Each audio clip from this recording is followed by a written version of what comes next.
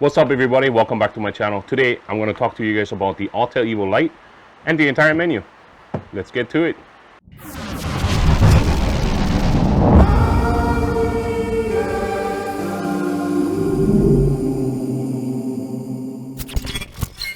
Hello everybody, welcome back to my channel. It's David State from the big island of Hawaii. If you guys haven't done so already, please don't forget, like, subscribe, hit the bell if you want to see more videos. Today I'm going to be going through the Autel Evo Lite Plus menu, like literally everything that I've learned. I'm going to explain everything that is within that menu. Let's get to it.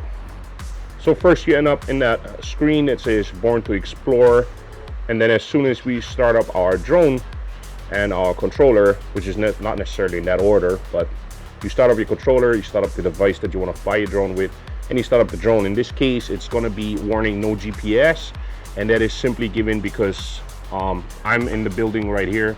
I have bad reception in here. So first off, I remove the propellers of the drone just to make sure that she doesn't take off or starts up the propellers or do something funky while I'm trying to explain the menu to you guys, okay? Once you're within here, I want to show you guys in the menu itself, on the top left corner, next to the Autel logo up there on the top left corner, you'll have your flight modes, which is clickable. You can actually click on it and it says ludicrous, smooth, and standard. It can switch on around there. Besides that, you also have your warning no GPS. That is simply because the warning or messages that come in there, it also usually says that it adjusts the gimbal at this time or that it is safe to fly. Next to that one, you will have the battery of the controller itself, and you will have the GPS strength, which is marked with like 5 bars. In this case it's blinking because I don't have any GPS. And then besides that, you have the battery level of the drone right next to that, which is currently set to 99%, with a small bar underneath that also shows everything else. Besides that, you have the obstacle avoidance on off, which is that logo right there. It stays orange because I don't have any GPS at this point. Now let's go into the settings itself. The settings itself, you're currently in novice mode. Maximum flight altitude is 98 feet. You can turn that off because the distance limit on that one is also 328 feet. Once you turn it off, now you'll be able to adjust the max altitude, max distance limit. Switched all the way to the right, there is no limit. And to return home, I would suggest put it into the highest obstacle of your surrounding at that time. You have the home point, which can be set either to me, which will set it to where you are at that time, or to aircraft, where the aircraft is before you take off. On the customize, you actually can click on the map itself and tell it, hey, I want you to return back on this one. So if you have GPS, you can actually look it up via that as well. Below that, you have the compass calibration, which is self-explanatory. You follow the steps through once you press start and you have good GPS signal. IMU calibration, also automatic calibration, but make sure you have a level non-magnetic or non-metal surface to run through that. On the battery information, you will be able to determine what is your part in here with battery protection. After 3 days, it discharges itself, or you're also going to see how much battery health it is. That will decrease amount of times that it will be discharging. This battery has discharged 0 times because I have never used it. Then you have the also locate my drone. You will be able to enable flashing and beeping. So she will start flashing, she will start beeping. That is given that she did not eject the battery itself, and she will show you the current image of what the drone is looking at this point. So usually that should help you find your drone in case you crash it, which we all hope is not going to happen at all. Okay. After that, we have the advanced settings. In the advanced settings, you're going to see the obstacle avoidance sensor. Once you click on obstacle avoidance, you can turn off the visual obstacle avoidance. When the aircraft detects an obstacle in the field of view, it will automatically hover. The maximum flight speed is 36 kilometers per hour or 22 miles per hour. When the maximum flight speed is exceeded, the obstacle avoidance will not work. So that means if it's in ludicrous mode, that will not work. You can show the radar on the map. When enabled, a real-time obstacle detection radar map will display on your system. It also will beep, but it will not stop your drone. So that is not a guarantee. So under no GPS and visual positioning, under attitude mode, the aircraft may be drifting. So you can actually set it into attitude mode by taking on and off. You also have the option to turn on and off the front and the rear LEDs. Now, remember, that's illegal to do that, okay? Auxiliary bottom light is actually to turn it on automatic or have it flash 1 second, have it flash 2 seconds. whatever. That is just from underneath. Under control, you will be able to change your metric, imperial or metric with kilometers per hour, metric with meters per hour, or imperial with miles per hour. Under command stick mode, which in this one it starts with command stick mode 2, that is the standard how every drone flies. Under 1, you can change your stuff, however settings. Some people prefer to have different type of settings and a different way of flying. I usually leave it on 2. I have no problem with it. Under flight mode, you will be able to determine how fast your gimbal pitch speed will be, how fast your aircraft turn speed will be under different flight modes, meaning ludicrous, standard, and smooth. I have not played around with it. I have just left it as it is because I like it the way it is. Besides under control, we have the RC customization buttons, which will be able to lock or unlock, 90 degrees up or down, view the map, or the speed mode. So however you want it set, that is how you're going to be able to set it. You press the button once. Usually if it's set to 90 degrees, the camera gimbal will go up or down, and then double tap, it will change the speed mode. Under gimbal mode, you also have stabilized mode or FPV, so that means that the gimbal will be locked and your turns will automatically reflect that as well. When you turn left and right, the gimbal will not try to stabilize itself and it will go with the pitch of the drone. Then you also will have enabled pitch adjustment. So pitch adjustment means negative 30 degrees, meaning that the gimbal will actually be able to look more up higher. Under standard mode, it will not do that. If you deactivate that, it will stay under 0, which is usually like looking straight ahead, but she will not be able to look upwards, just like I did in here.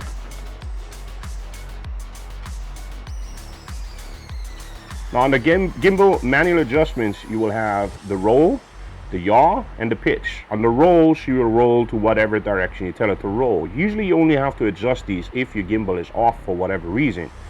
Out of the box so far for mine's on, I didn't have to do that at all.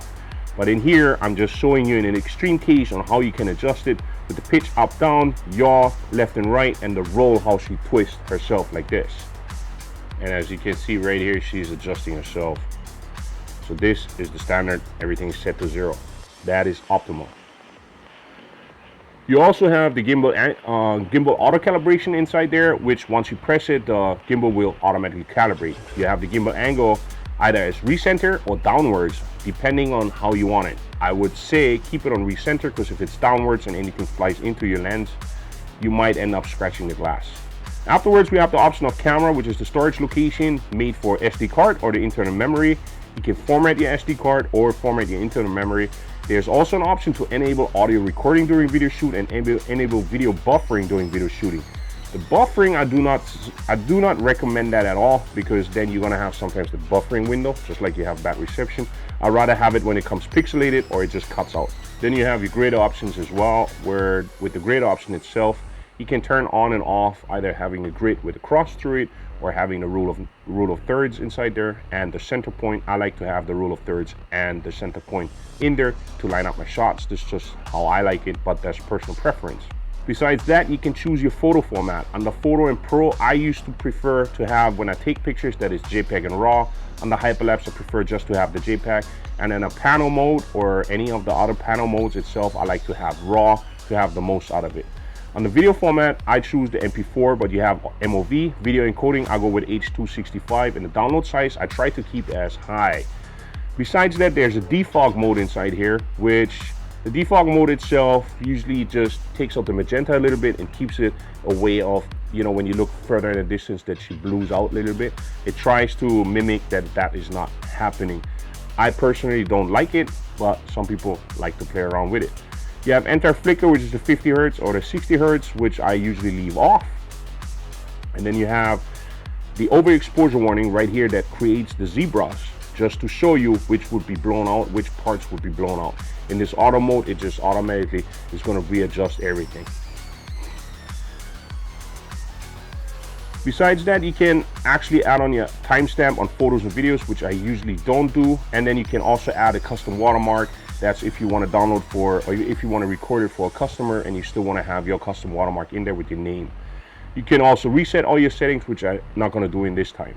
Image transmission, you can choose between photo resolution for 8192 by 6144, supports smooth, and then the 4K And 3.8K supports smooth and HD and 2.7K video resolution.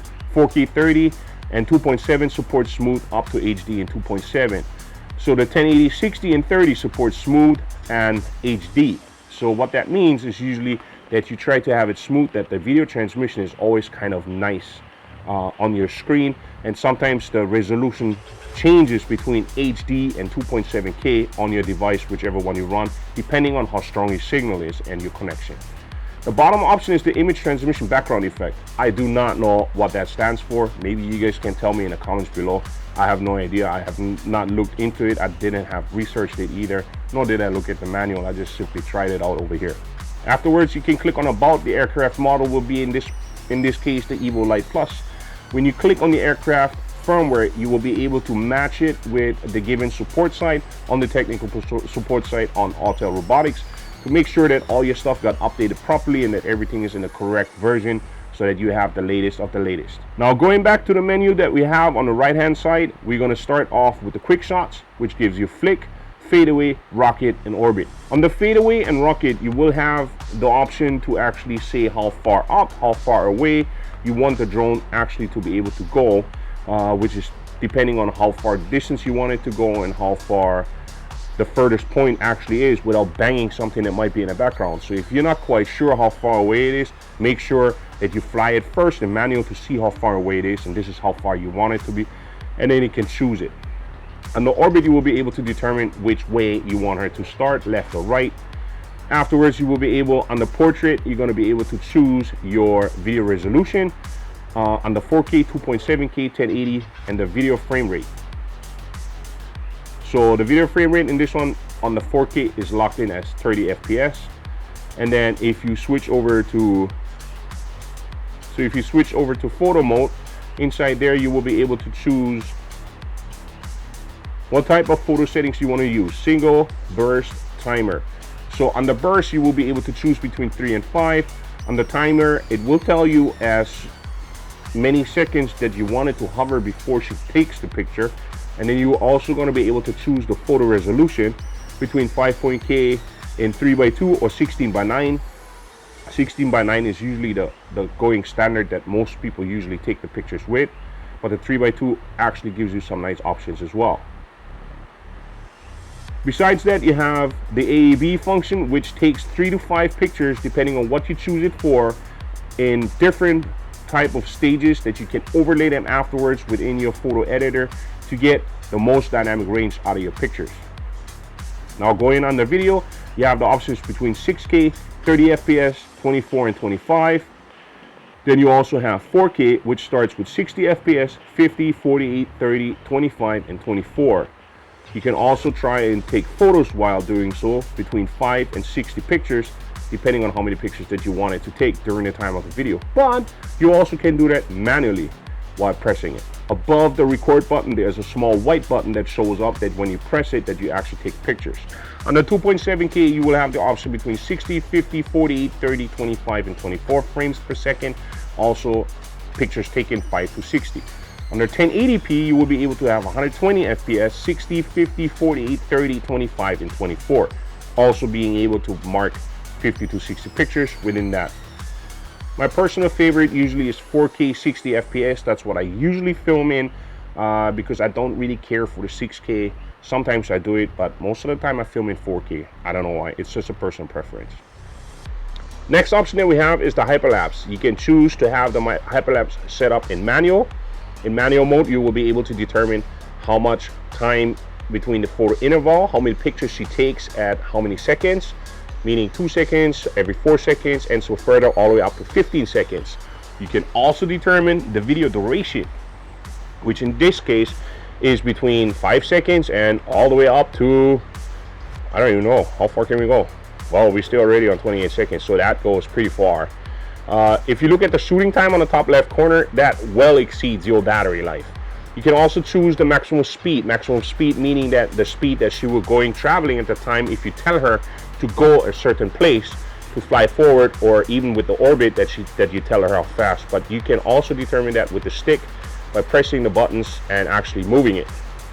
The longer the video duration, my action is usually between 10 seconds, and then I take it every 2 seconds, come out to a total flight time of 8 to 10 minutes. Besides that, you have different panel modes. On the spherical, you have one in wide angle, you have one in landscape and in portrait. All those have their own modes. Once you press it, the drone pretty much will do its own thing and will stitch it together afterwards. You have the night mode, which will automatically adjust its ISO and everything else. Under the night modes, you have 3 types of underlining modes, which is the standard mode, you have the regular night mode, and you have the super night mode, which is pretty much like blowing it up even further for super low light conditions. Haven't tried that yet, so I'll get there. Now we'll be getting to Pro mode. Under P mode, you can set it that pretty much the aperture and the shutter speed will adjust itself according to what you want it to set as ISO. So it's pretty much a priority over ISO. Under A, that's the aperture mode itself, where she will be locking in for the aperture, and you can still play around with the white balance and all that stuff. On the manual mode, this is the mode that I prefer the most, because you can pretty much adjust your ISO however you want it, your aperture however you want it, and you can play around with your shutter speed, which should be always twice as much as your frames per second.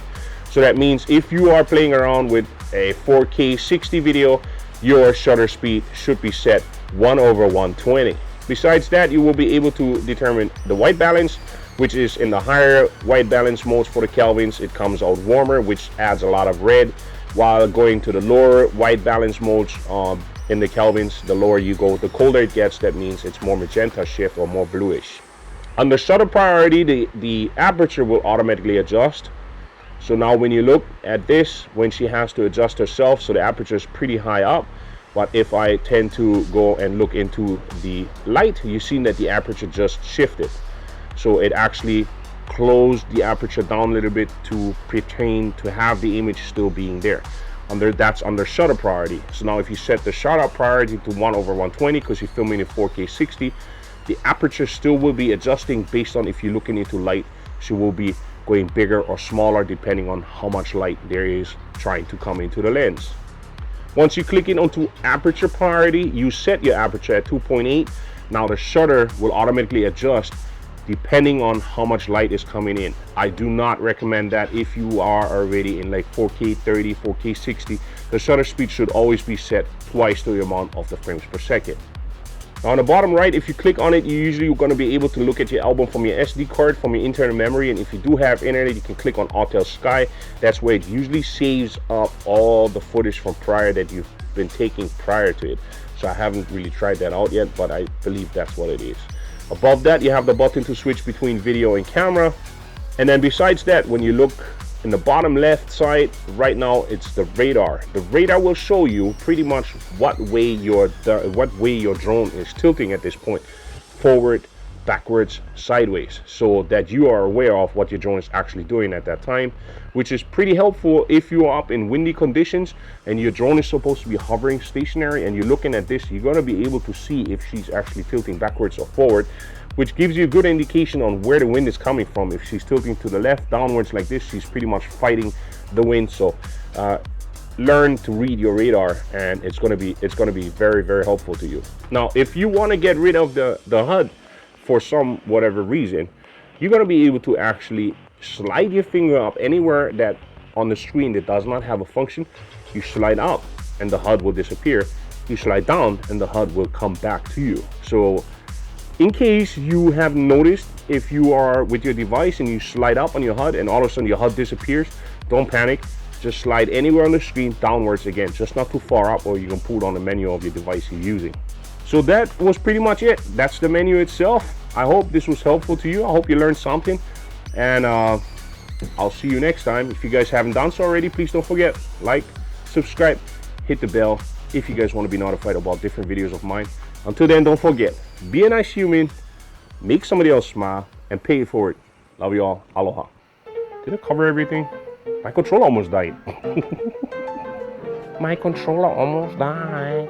Oh, my mouth is so dry right now. This light is blinding me too. I have to charge you. What is this? Oh, this is one of the old propellers from the Autel Evo 2 Pro. Does that fit on here? What is this, white ring?